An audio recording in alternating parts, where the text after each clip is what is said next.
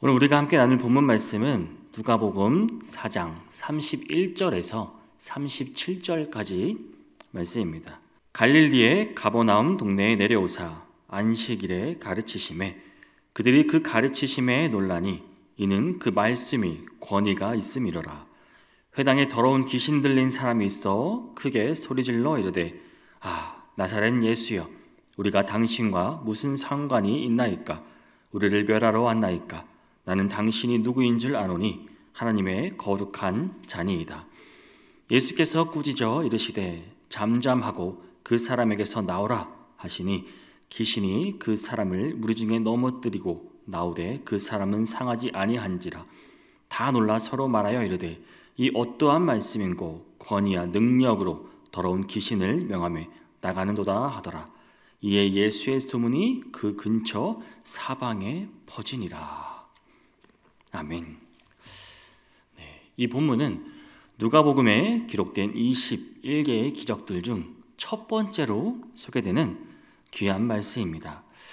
비록 누가가 이 기적을 첫 번째라고 명시적으로 언급하지는 않았지만 누가복음의 서술 순서에서 이 사건이 이제 예수님의 첫 번째 기적으로 기록되어 있습니다. 각 복음서는 예수님의 첫 기적을 서로 다르게 기록하고 있습니다. 요한복음은 가나의 혼인잔치에서 물로 이제 포도주를 만드신 것을 기록하고 있고, 마태복음에서는 문둥병자를 고치신 것을 첫 기적으로 소개합니다. 그러나 누가복음과 마가복음은 가버나움에서 귀신 들린 사람을 고치신 사건을 첫 기적으로 기록하고 있습니다. 이러한 차이는 이제 각 복음서 기자의 신학적 관심과 강조점을 반영하고 있습니다. 특별히 누가가 더러운 귀신에게 붙들려 고통당하는 사람을 고쳐주신 기적을 첫 번째로 소개한 것은 깊은 의미가 있습니다. 이는 예수님의 공생의 목적이 누가가 말하는 것은 누가복음 4장 18절에서 선포하신 것처럼 포로된 자에게 자유를, 눈먼 자에게 다시 보게 함을 전파하며 눌린 자를 자유롭게 하는 것임을 강조하기 위함입니다. 누가가 예수님의 가버나움 활동 중 처음 세 사건을 모두 귀신으로부터 해방과 질병으로부터의 치유로 기록한 것은 이러한 누가의 신학적 의도를 잘 보여주는 것입니다. 이는 예수님께서 오신 목적이 사람들을 영적으로 육체적 속박으로부터 해방시키는 것임을 분명히 드러내고 있는 것입니다. 본문은 마가복음 1장 21절에서 28장을 바탕으로 하고 있지만 누가는 자신의 신학적 의도에 따라 몇 가지 중요한 편집을 했습니다. 특히 예수님의 권위를 서기관들과 비교하는 부분을 생략하고 오직 예수님의 절대적 권위만을 강조한 것이 주목할 만합니다.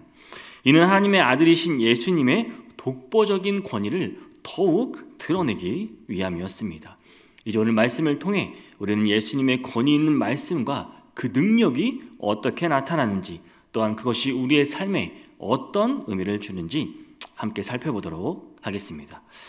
본문 31절을 보겠습니다. 갈릴리의 가버나움 동네에 내려오사 안식일에 가르치심에. 예수님께서는 당신의 공생의 사역을 시작하시면서 이 가버나움이라는 특별한 장소와 안식일이라는 시간을 전략적으로 선택하셨습니다. 이는 예수님의 지혜로운 사역 방식을 보여주는 중요한 예시라 할 수 있습니다. 가버나움은 당시 갈릴리 지역의 중심 도시였습니다. 로마로 향하는 주요 무역로가 지나는 상업의 중심지이자 많은 사람들이 모여드는 아주 번화한 곳이었습니다. 예수님께서는 이처럼 많은 사람들이 있는 이 전략적 장소를 선택하심으로써 당신의 말씀이 더 널리 전파될 수 있는 기회를 마련하셨던 것입니다. 또한 예수님께서는 안식일이라는 시간을 특별히 선택하셨습니다. 안식일은 무엇입니까? 안식일날 유대인들이 회당에 모여 하나님의 말씀을 배우는 거룩한 날이었습니다. 이날은 많은 사람들이 자연스럽게 한자리에 모이는 시간이었고, 예수님께서는 이 기회를 활용하여 하나님 나라의 복음을 전하셨던 것입니다. 이러한 예수님의 전략적인 사역 방식은 후에 사도들의 선교 활동에도 큰 영향을 미쳤습니다. 사도행전을 보면 바울을 비롯한 초대교회 사도들도 대도시의 회당에서 안식일에 말씀을 전하는 방식을 따랐음을 알 수 있습니다. 이는 예수님께서 보여주신 지혜로운 사역 방식이 초대교회의 하나의 모범이 되었음을 우리에게 보여주는 것입니다. 예수님의 사역에서 가장 두드러진 특징은 바로 말씀을 통한 가르침이었습니다. 본문 31절을 보면 가르치심에라고 말하고 있고, 본문 32절에서 가르치심, 말씀 등의 표현이 반복적으로 등장하여 이는 예수님의 사역이 말씀 중심이었음을 우리에게 보여주고 있습니다. 여러분, 기독교가 말씀의 종교로 불리는 것이 바로 이런 이유에서입니다.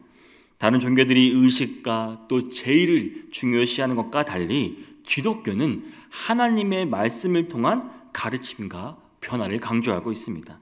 오늘 본문은 그러한 말씀의 능력이 실제로 어떻게 나타났는지를 생생하게 보여집니다. 본문 33절에서 35절 말씀을 제가 다시 한번 읽어드리겠습니다. 회당에 더러운 귀신 들린 사람이 있어 크게 소리질러 이르되, 나사렛 예수여, 우리가 당신과 무슨 상관이 있나이까? 우리를 멸하러 왔나이까? 나는 당신이 누구인 줄 아노니 하나님의 거룩한 자니이다. 예수께서 꾸짖어 이르시되 잠잠하고 그 사람에게서 나오라 하시니 귀신이 그 사람을 무리 중에 넘어뜨리고 나오되 그 사람은 상하지 아니한지라. 특히 33절에서 이 35절의 사건은 예수님의 말씀이 가진 그 권위와 능력을 극적으로 드러냅니다. 더러운 귀신이 들린 사람이 예수님을 알아보고 두려워합니다. 그리고 소리를 지르자 예수님께서는 단순히 말씀으로 귀신을 꾸짖어 내쫓으셨습니다. 이는 예수님의 말씀이 단순한 교훈이나 지식을 전달하는 것을 넘어서서 그 말씀에 실제적인 능력이 있음을 우리에게 보여주는 것입니다. 더욱 주목할 점은 귀신도 예수님을 하나님의 거룩한 자로 알아보았다는 사실입니다. 이는 예수님의 정체성과 권위가 영적 세계에서도 인정받고 있음을 보여집니다. 예수님의 말씀은 여러분 단순한 사람의 말이 아닙니다. 하나님의 권위를 가진 말씀이었기에 귀신들까지도 복종할 수밖에 없었던 것입니다. 사랑하는 성도 여러분, 예수님의 말씀, 이 말씀 중심 사역이 우리에게 주는 실천적 교훈은 분명합니다. 여러분, 우리도 이 매일의 삶에서 하나님의 말씀을 우선순위에 둘 수 있기를 원합니다. 구체적으로 여러분 매일 정해진 시간에 성경을 읽으시길 바랍니다. 말씀을 묵상하시고 말씀 앞에 기도하는 시간을 반드시 가지시기를 바랍니다. 또한 교회에서 선포되는 말씀에 더욱더 귀 기울이시고 경청하셔서 그것을 우리 삶에 적용할 수 있는 모든 성도님들이 되시기를 바랍니다. 또한 오늘 본문에서는 예수님의 권위는 두 가지 관점에서 인정을 받습니다. 첫째는 영적 세계로부터의 인정이고 둘째는 사람으로부터의 인정입니다. 먼저 귀신은 예수님의 신적 권위를 즉각적으로 알아보고 인정했습니다. 특히 본문 34절에서 말하기를 나는 당신이 누구인 줄 아노니 하나님의 거룩한 자니이다 라는 이 귀신의 고백은 여러분 예수님의 정체성을 정확히 드러냅니다. 귀신이 두려워하며 크게 소리를 지는 것은 예수님의 절대적 권위 앞에서 느낀 공포와 두려움 때문이었습니다. 그것을 이렇게 표현하고 있는 것입니다. 그들은 예수님께서 자신들을 멸하실 수 있는 권세를 가지고 계심을 알았기 때문입니다. 다음으로 사람들도 예수님의 권위를 인정하게 됩니다. 본문 36절을 보면 이 어떠한 말씀인고 권위와 능력으로 더러운 귀신을 명함에 나간도다라는 이 그들의 반응은 예수님의 말씀이 가진 능력에 대한 경이로움을 표현하는 것입니다. 단순한 호기심이나 일시적인 놀라움을 넘어 예수님의 말씀이 가진 실제적인 권위와 능력을 목격한 사람들의 진정한 감동이 드러나는 것입니다. 이러한 두 차원의 인정은 결과적으로 본문 37절에서 예수의 소문이 그 근처 사방에 퍼지니라 라는 말씀처럼 예수님의 명성이 널리 퍼지게 되는 계기가 되었던 것입니다. 이는 예수님의 권위가 단순히 주장된 것이 아니라 실제적인 능력으로 입증되었음을 우리에게 보여주고 있는 것입니다. 또 오늘 본문을 보면 예수님께서는 귀신에게 나사렛 예수로 불렸습니다. 이는 단순히 출신지의 언급이 아닙니다. 예수님의 그 성육신의 의미를 깊이 있게 보여주는 중요한 표현입니다. 본문 43절에서 나사렛 예수여. 나사렛은 당시 갈릴리의 작은 마을이었습니다. 특별할 것 없는 그저 평범한 동네였습니다. 나사렛에서 무슨 선한 것이 날 수 있느냐이라는 나다니엘의 말씀처럼 나사렛은 세상적으로 볼 때 주목받지 못하는 곳이었습니다. 하지만 하나님의 아들이신 예수님께서는 바로 이 나사렛에서 성장하시며 인간의 삶을 온전히 경험하였던 것입니다. 예수님께서 나사렛 사람으로 오신 것은 깊은 신학적 의미를 가집니다. 이는 하나님께서 우리와 같은 육신을 입고 이 땅에 오셨다는 성육신의 신비를 보여주는 것입니다. 예수님께서는 우리와 동일한 인성을 가지신 참 인간이십니다. 인간의 모든 연약함과 고통을 직접 체험하신 분이십니다. 귀신들이 나사렛 예수를 두려워한 이유가 여러분 바로 여기에 있습니다. 그들은 예수님께서 단순한 나사렛 출신의 인간이 아니라 인간을 구원하기 위해 육신을 입고 오신 하나님의 아들이심을 알았기 때문입니다. 예수님의 성육신은 인간을 죄와 사탄의 권세로부터 해방시키기 위한 하나님의 구원 계획의 핵심이었던 것입니다. 사랑하는 성도 여러분, 예수님께서 나사렛에서 평범한 삶을 사신 것처럼 우리도 각자의 일상에서 여러분 그 믿음의 삶을 살아가시길 바랍니다. 직장에서, 학교에서, 가정 등 여러분 우리가 있는 그 자리에서 우리가 해야 할 것은 그리스도인으로서 정체성을 잃지 않고 살아가는 것입니다. 그렇게 하시는 모든 성도님들이 되시기를 바랍니다.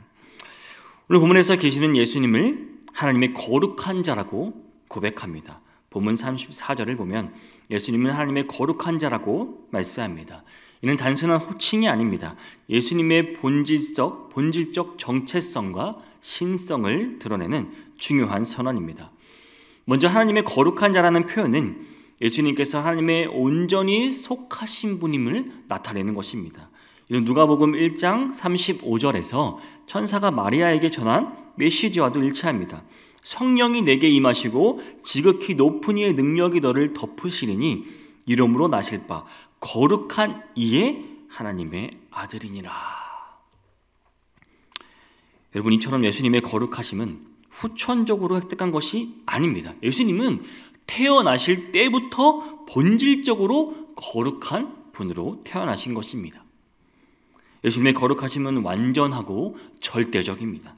이는 단순히 도덕적 순결함을 넘어서는 것으로 하나님의 본질적 속성인 그 거룩함을 그대로 지니고 계심을 의미하는 것입니다. 예수님께서는 어떠한 악이나 부정함이 그 틈도 없었습니다. 그분의 존재 자체가 거룩함의 광채였다는 사실입니다. 이처럼 예수님의 절대적 거룩함 앞에서 여러분 더러운 귀신은 자신의 더러움이 철저히 드러나는 것을 피할 수 없었습니다. 마치 강렬한 빛 앞에서 어둠이 사라질 수밖에 없었던 것처럼 이 예수님의 거룩하심 앞에서 그 귀신의 더러움은 감출 수 없이 드러날 수밖에 없었던 것입니다. 이 빛 앞에서 여러분 어둠이 드러나듯 예수님 앞에서 귀신의 더러움이 드러난 것입니다. 귀신은 자신의 더러움이 드러나는 것을 두려워하고 있는 것입니다. 이처럼 하나님의 거룩한 자라는 이 칭호는 예수님의 신적 권위와 능력의 근거가 되는 것입니다. 동시에 모든 악한 세력을 이기시는 절대적 권능의 원천이 되는 것입니다. 그러나 여기서 우리가 또 한 가지 알아야 할 사실이 있습니다. 그것은 거룩하신 예수님은 또한 거룩하게 하시는 분이라는 것입니다. 예수님은 단순히 거룩하신 분만이 아니라 적극적으로 거룩하게 하시는 분이십니다. 본문 35절에서 우리는 예수님께서 귀신을 꾸짖어 쫓아내시는 장면을 통해 이러한 진리를 분명히 볼 수 있습니다. 본문 35절에서 예수께서 꾸짖어 이르시되 잠잠하고 그 사람에게서 나오라 하시니 예수님의 거룩하심은 정적인 상태가 아닌 동적인 능력입니다. 마치 빛이 어둠을 물리치고 공간을 밝히듯 예수님의 거룩하심은 주변의 더러운 것들을 정화시키고 거룩하게 변화시키는 능력으로 나타나는 것입니다. 여러분, 이 가버나움 회당에서 귀신 들린 사람을 만나셨을 때 예수님은 단순히 그 상황을 피하거나 방관하지 않으셨습니다. 오히려 적극적으로 개입하셔서 그 사람을 귀신의 세력으로부터 해방시키고 거룩하게 하셨습니다. 이것이 바로 귀신들이 예수님을 극도로 두려워했던 이유인 것입니다. 예수님의 거룩하게 하시는 이 능력은 그들의 더러운 세력을 완전히 무력화시키고 쫓아내시는 절대적 권능이었기 때문입니다. 귀신들은 예수님 앞에서 자신들의 권세가 완전히 무너질 것을 알았습니다. 이러한 예수님의 사역은 여러분, 오늘날 교회에도 중요한 의미를 줍니다. 교회가 어디입니까? 예수님의 이름으로 모인 공동체입니다. 이 세상을 거룩하게 하신 예수님의 사역에 동참하도록 부름받았다는 것이 바로 교회입니다. 교회의 진정한 능력은 바로 이 거룩하게 하는 사역에 있는 것입니다. 이를 통해 하나님의 나라가 이 땅에 확장되어 가는 것입니다. 사랑하는 성도 여러분, 우리는 예수님의 거룩하게 하시는 사역에 구체적으로 동참하기를 원합니다.